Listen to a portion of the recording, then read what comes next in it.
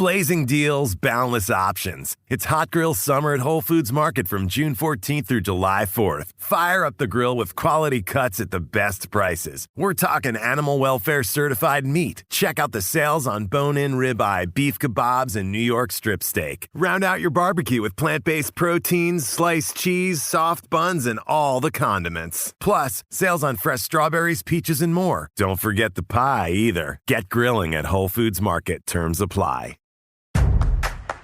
This episode is brought to you by Liquid IV.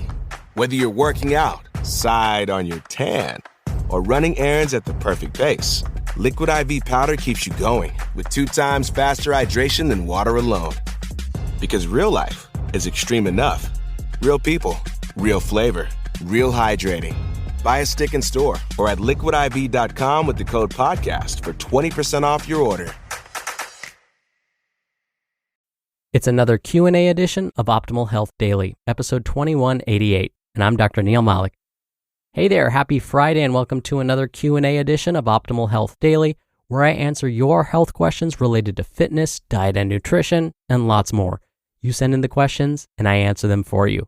Oh, and if you're in the U.S. and send a relevant question in, we'll visit the post office and personally mail you a physical copy of the Optimal Living Daily Workbook. I'll tell you how to send in a question at the end. Oh, and if you want to know more about me and my background and my credentials and why I call myself Dr. Neil, definitely check out one of the first Q&A episodes of the month. That's where I go into more details about that. But for now, I'm going to spare you from that sort of long intro and jump right in so we can hear today's Q&A as we optimize your life. Today's question came via email. Jen writes, "Hello, what can I do to prevent cancer?" Thank you for sending in your question, Jen. That's definitely an important question. This is because the American Cancer Society predicts that approximately 600,000 cancer deaths will happen this year. That sounds like terrible news.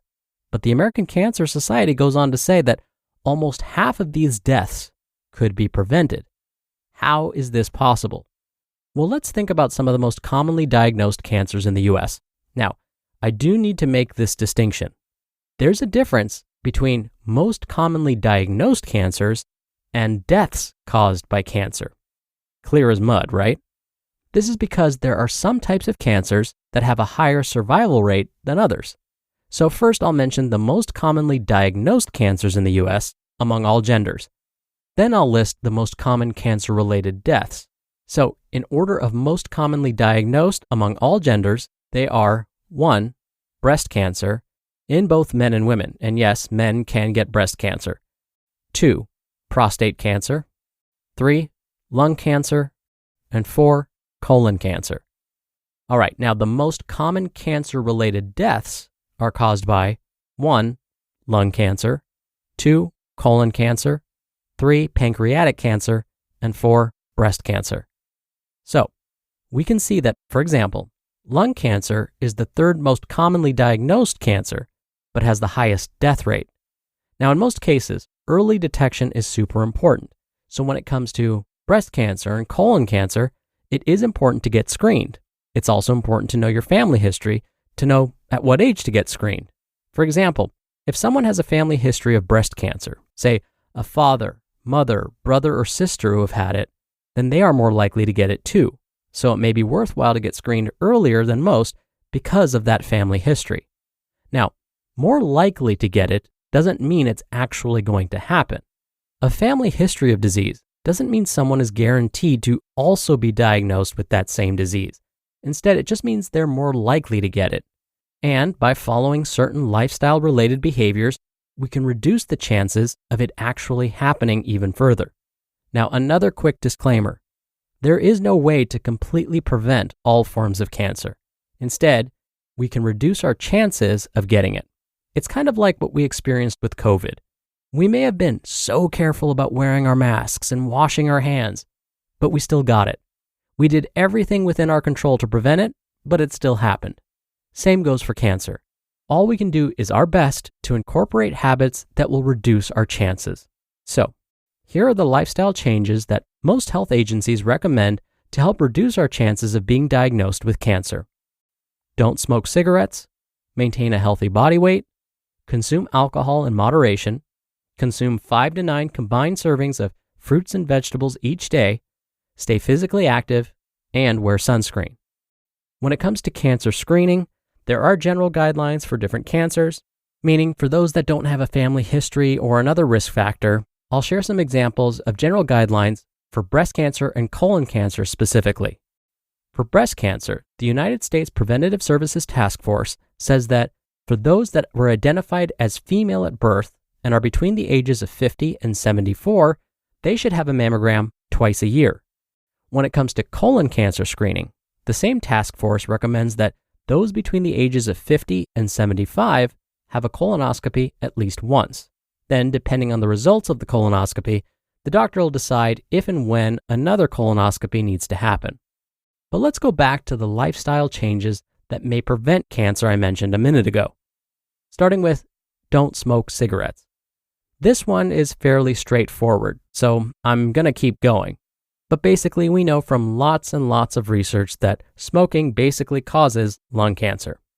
Moving on, maintain a healthy body weight.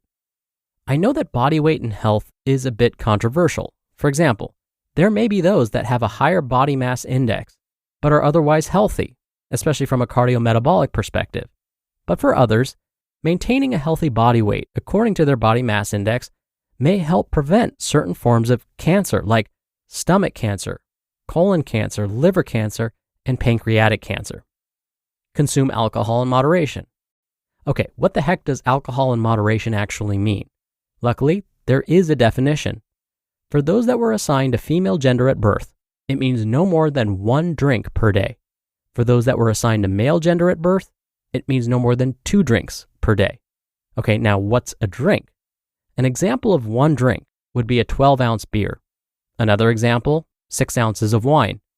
1.5 ounces of hard liquor like whiskey or gin is another example of 1 drink.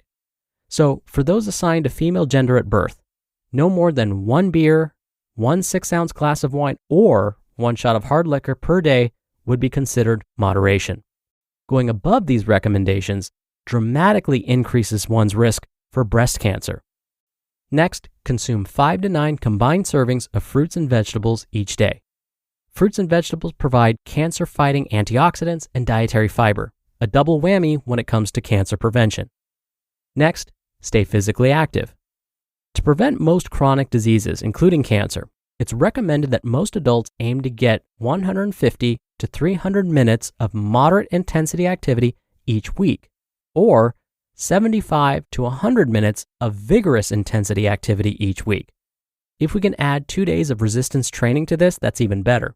In fact, a recently published study found that even short bouts of vigorous intensity exercise could lead to a 40% reduction in the risk of dying from cancer. The researchers found that even 1 to 2 minutes of vigorous intensity exercise a few times a day was helpful. And lastly, wearing sunscreen. Also a bit more straightforward. Sunscreen helps to prevent skin cancer. All right, there is no guaranteed way to prevent cancer, but the bottom line is, no matter our risk factors or family history, if we can adopt these lifestyle behaviors, we can reduce our risk. And the more of these we adopt, the lower our risk. Business owners know that hiring the right people can be a real challenge. Make it easier with Indeed. Indeed is the hiring platform helping over 3 million businesses do it all. Attract, interview, and hire all in one place. Don't spend hours on multiple job sites looking for candidates. With Indeed's Instant Match feature, over 80% of Indeed employers find quality candidates the moment they sponsor a job. I especially love that if you invite these or any candidates of your choosing to apply, they are 3 times more likely to apply to your job than candidates who only see it in search. Start hiring now with a $75 sponsored job credit to upgrade your job post at Indeed.com/health. Offer good for a limited time. Claim your $75 credit now at Indeed.com/health. Just go to Indeed.com/health and support the show by saying you heard about it on this podcast. Indeed.com/health. Terms and conditions apply.